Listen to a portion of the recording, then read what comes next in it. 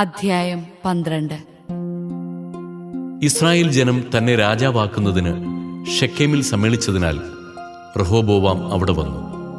നെബാത്തിന്റെ പുത്രനായ ജെറോബോവാം ഇത് കേട്ടയുടനെ ഈജിപ്തിൽ നിന്ന് മടങ്ങിയെത്തി. സോളമൻ രാജാവിൽ നിന്ന് ഒളിച്ചോടിയവൻ ഇതുവരെ ഈജിപ്തിലായിരുന്നു. ഇസ്രായേൽ ജനം അവനെ ആളയച്ചു വരുത്തി. ജെറോബോവാമും ഇസ്രായേൽ ജനവും റഹോബോവാമിന്റെ അടുത്തു വന്നു പറഞ്ഞു, അങ്ങയുടെ പിതാവ് ഞങ്ങളുടെ മേൽ വെച്ചത് ഭാരമേറിയ നുകമാണ്. ഞങ്ങളുടെ ജോലിയുടെ കാഠിന്യവും അവൻ വെച്ച നുകത്തിന്റെ ഭാരവും അങ്ങ് ലഘൂകരിക്കണം. ഞങ്ങൾ അങ്ങയെ സേവിക്കാം. അവൻ പറഞ്ഞു, നിങ്ങൾ ഇപ്പോൾ പോകുവിൻ, 3 ദിവസം കഴിഞ്ഞു വരുവിൻ. ജനം മടങ്ങിപ്പോയി.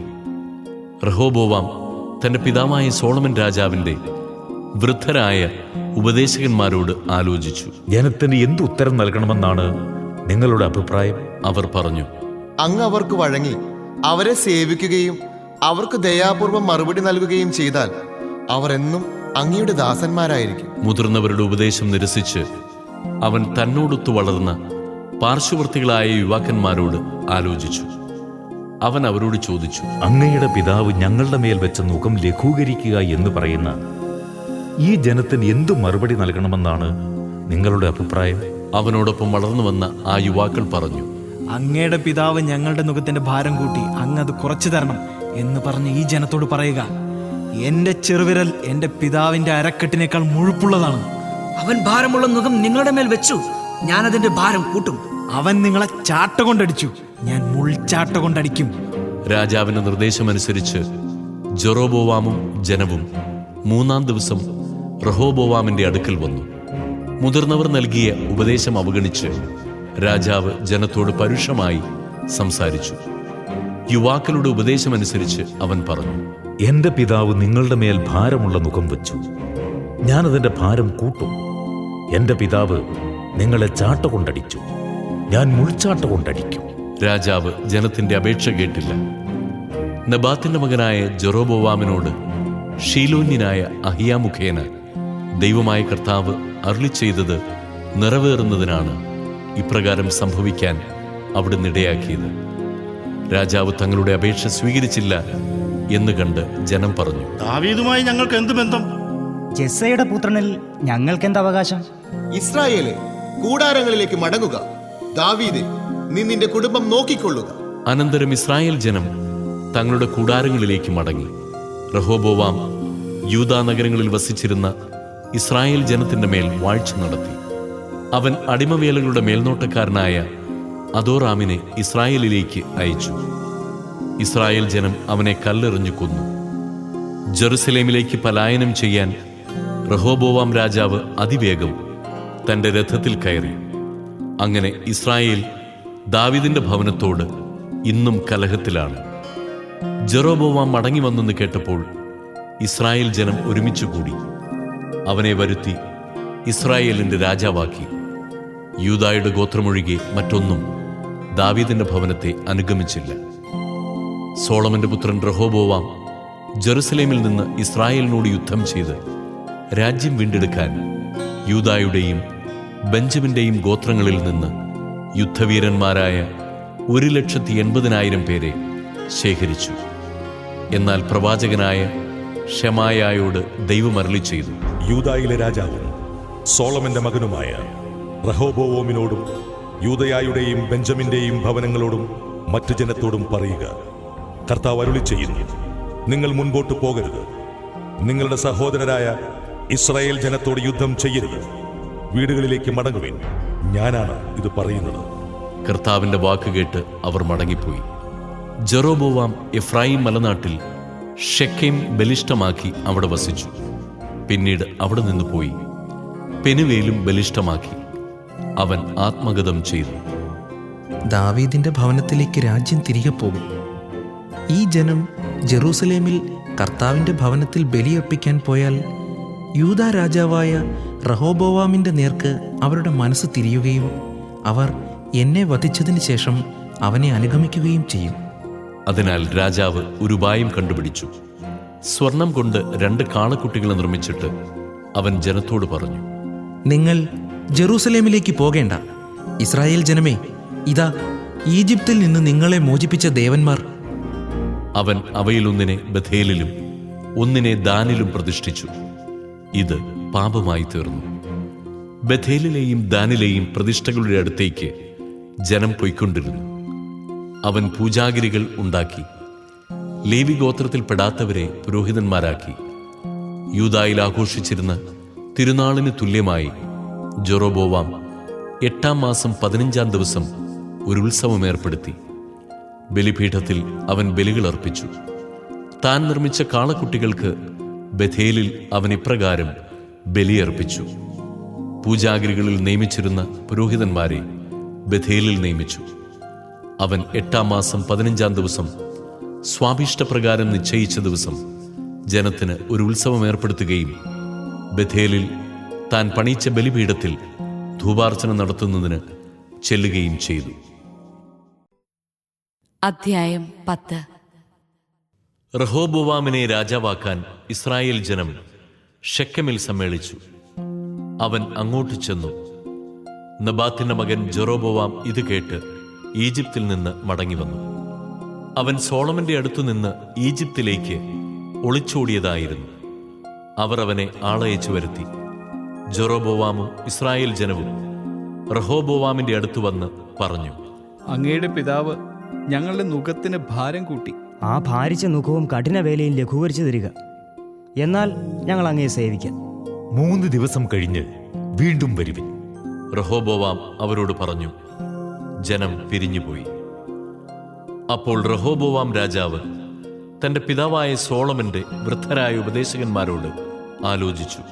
ഈ ജനത്തിന് എന്തുത്തരം നൽകണമെന്നാണ് നിങ്ങളുടെ അഭിപ്രായം? അവർ പറഞ്ഞു, അങ്ങ് ഈ ജനത്തോട് നല്ല വാക്കു പറഞ്ഞ് അവരെ സന്തോഷിപ്പിക്കുകയും അവരോട് ദയ കാണിക്കുകയും ചെയ്താൽ അവർ എന്നും അങ്ങയുടെ ദാസന്മാരായിരിക്കും. എന്നാൽ പക്വമതികളായ അവരുടെ ഉപദേശം നിരസിച്ച് തന്നോടൊത്തു വളർന്ന പാർശ്വവർത്തികളായ ചെറുപ്പക്കാരോട് അവൻ ആലോചിച്ചു. അങ്ങയുടെ പിതാവ് ഞങ്ങളുടെ മേൽ വെച്ച നുഖം ലഘൂകരിക്കുക എന്ന് പറയുന്ന ഈ ജനത്തിന് എന്തു മറുപടി നൽകണമെന്നാണ് നിങ്ങളുടെ അഭിപ്രായം? അവനോടൊത്തു വളർന്ന ആ ചെറുപ്പക്കാർ പറഞ്ഞു, അങ്ങയുടെ പിതാവ് ഞങ്ങളുടെ നുഖത്തിന് ഭാരം കൂട്ടി. അങ്ങ് അത് കുറച്ചു തരണമെന്ന് പറഞ്ഞ് ഈ ജനത്തോട് പറയുക. എന്റെ ചെറുവിരൽ എന്റെ പിതാവിന്റെ അരക്കെട്ടിനേക്കാൾ വലുതാണ്. അവൻ ഭാരമുള്ള നുകം നിങ്ങളുടെ മേൽ വച്ചു, ഞാൻ അതിന്റെ ഭാരം കൂട്ടും. അവൻ നിങ്ങളെ ചാട്ട കൊണ്ടടിച്ചു, ഞാൻ മുൾച്ചാട്ട കൊണ്ടടിക്കും. 3-ാം ദിവസം വീണ്ടും വരുവിനെന്ന് രാജാവ് പറഞ്ഞതനുസരിച്ച് ജെറൊബോവാമും ജനവും റഹോബോവാമിന്റെ അടുത്ത് വന്നു. രാജാവ് അവരോട് പരുഷമായി സംസാരിച്ചു. പ്രായമായവരുടെ ഉപദേശം ത്യജിച്ച് ചെറുപ്പക്കാരുടെ വാക്കുകേട്ട് റഹോബോവാം രാജാവ് അവരോട് പറഞ്ഞു, എന്റെ പിതാവ് നിങ്ങളുടെ മേൽ ഭാരമുള്ള നുഖം വെച്ചു. ഞാനതിന്റെ ഭാരം കൂട്ടും. എന്റെ പിതാവ് നിങ്ങളെ ചാട്ട കൊണ്ടടിച്ചു, ഞാൻ മുൾച്ചാട്ട കൊണ്ടടിക്കും. രാജാവ് ജനത്തിന്റെ അപേക്ഷ കേട്ടില്ല. നെബാത്തിന്റെ മകനായ ജെറൊബോവാമിനോട് ഷീലോന്യനായ അഹിയ മുഖേന ദൈവമായ കർത്താവ് അരുളി ചെയ്തത് നിറവേറ്റുന്നതിനാണ് ഇപ്രകാരം സംഭവിക്കാൻ അവിടുന്ന് ഇടയാക്കിയത്. രാജാവ് തങ്ങളുടെ അപേക്ഷ സ്വീകരിച്ചില്ല എന്ന് കണ്ട് ജനം പറഞ്ഞു, ദാവീദുമായി ഞങ്ങൾക്കെന്തു ബന്ധം? ജസ്സയുടെ പുത്രനിൽ ഞങ്ങൾക്കെന്ത് അവകാശം? ഇസ്രായേലേ, കൂടാരങ്ങളിലേക്ക് മടങ്ങുക. ദാവീദേ, നിന്റെ കാര്യം നോക്കിക്കൊള്ളുക. ഇസ്രായേല്യർ തങ്ങളുടെ കൂടാരങ്ങളിലേക്ക് മടങ്ങി. റഹോബോവാം യൂദാ നഗരങ്ങളിൽ പാർത്തിരുന്ന ഇസ്രായേല്യരെ ഭരിച്ചു. പിന്നീട് റഹോബോവാം അടിമകളുടെ മേൽനോട്ടക്കാരനായ ഹദോറാമിനെ ഇസ്രായേല്യരുടെ അടുക്കലേക്ക് അയച്ചു. എന്നാൽ അവർ അവനെ കല്ലെറിഞ്ഞു കൊന്നു. റഹോബോവാം രാജാവ് തിടുക്കത്തിൽ തേരിൽ ജെറുസലേമിലേക്ക് പോയി. ഇസ്രായേല്യർ ഇന്നും ദാവീദിന്റെ ഭവനത്തോട് മത്സരത്തിലാണ്. അധ്യായം 11. റഹോബോവാം ജെറുസലേമിൽ എത്തിയതിനു ശേഷം യൂദാ ഭവനത്തെയും ബെഞ്ചമിൻ ഭവനത്തെയും വിളിച്ചുകൂട്ടി അവരിൽ നിന്ന് ഇസ്രായേലിനോട് യുദ്ധം ചെയ്ത് രാജ്യം വീണ്ടെടുക്കാൻ 180,000 യോദ്ധാക്കളെ തിരഞ്ഞെടുത്തു. എന്നാൽ ദൈവപുരുഷനായ ഷെമായായോട് കർത്താവ് അരുളി ചെയ്തു, സോളമന്റെ മകനും യൂദാ രാജാവുമായ റഹോബോവാമിനോടും യൂദായിലും ബെഞ്ചമിനിലുമുള്ള എല്ലാ ഇസ്രായേലിയരോടും പറയുക, കർത്താവ് അരുളി ചെയ്യുന്നു, നീ അങ്ങോട്ട് പോവുകയോ നിന്റെ സഹോദരരോട് യുദ്ധം ചെയ്യുകയോ അരുത്. ആളുകളെ അവരവരുടെ ഭവനങ്ങളിലേക്ക് തിരിച്ചയക്കുക. എന്റെ ഹിതമനുസരിച്ചാണ് ഇതെല്ലാം സംഭവിച്ചത്. അവർ കർത്താവിന്റെ വാക്ക് കേട്ട് മടങ്ങിപ്പോയി. ജെറോബോവാമിനോട് യുദ്ധത്തിന് പോയില്ല. റഹോബോവാം ജെറുസലേമിൽ വെച്ച് യൂദായുടെ സുരക്ഷിതത്വത്തിനായി പട്ടണങ്ങൾ പണിയിച്ചു. ബേത്ലഹീം, യേഥാം, തെക്കോവ, ബെത്സൂർ, സൊക്കോ, അതുല്ലാം, ഗത്ത്, മരേഷ, സിഫ്, അദോരായും, ലാഖിഷ്, അസേക്ക, സോറ, അയ്യാലോൻ, ഹെബ്രോൺ എന്നിവ പണിതു. യൂദായിലും ബെഞ്ചമിനിലുമുള്ള സുരക്ഷിത നഗരങ്ങളാണിവ. കോട്ടകൾ സുശക്തമാക്കി ഓരോന്നിലും അധിപന്മാരെ നിയമിച്ചു. ഭക്ഷണ സാധനങ്ങൾ, എണ്ണ, വീഞ്ഞ് എന്നിവ സംഭരിച്ചു. ഓരോ പട്ടണത്തിലും കുന്തങ്ങളും പരിചകളും ശേഖരിച്ച് അവ ബലിഷ്ഠമാക്കി. യൂദായും ബെഞ്ചമിനും അവന്റെ നിയന്ത്രണത്തിലായി. ഇസ്രായേലിന്റെ വിവിധ ഭാഗങ്ങളിൽ വസിച്ചിരുന്ന പുരോഹിതന്മാരും ലേവ്യരും റഹോബോവാമിന്റെ അടുക്കൽ അഭയം തേടി. കർത്താവിന് പുരോഹിത ശുശ്രൂഷ ചെയ്യുന്നതിൽ നിന്ന് ലേവ്യരെ ജെറോബോവാമും പുത്രന്മാരും ബഹിഷ്കരിച്ചതിനാലാണ് സ്വന്തം സ്ഥലവും അവകാശങ്ങളും ഉപേക്ഷിച്ച് അവർ യൂദായിലേക്കും ജെറുസലേമിലേക്കും വന്നത്. താനുണ്ടാക്കിയ പൂജാഗിരികളിൽ ആരാധന നടത്താനും ദുർഭൂതങ്ങൾക്കും കാളക്കുട്ടികൾക്കും ശുശ്രൂഷ ചെയ്യാനും ജെറോബോവാം പുരോഹിതന്മാരെ നിയമിച്ചു.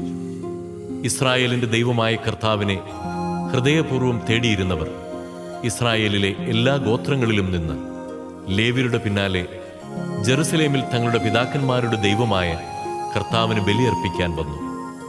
അവർ യൂദാരാജ്യം പ്രബലമാക്കി. 3 വർഷക്കാലം അവർ ദാവീദിന്റെയും സോളമന്റെയും മാർഗത്തിൽ ചരിച്ചു. അക്കാലമത്രയും സോളമന്റെ മകനായ റഹോബോവാം സുരക്ഷിതനായിരുന്നു.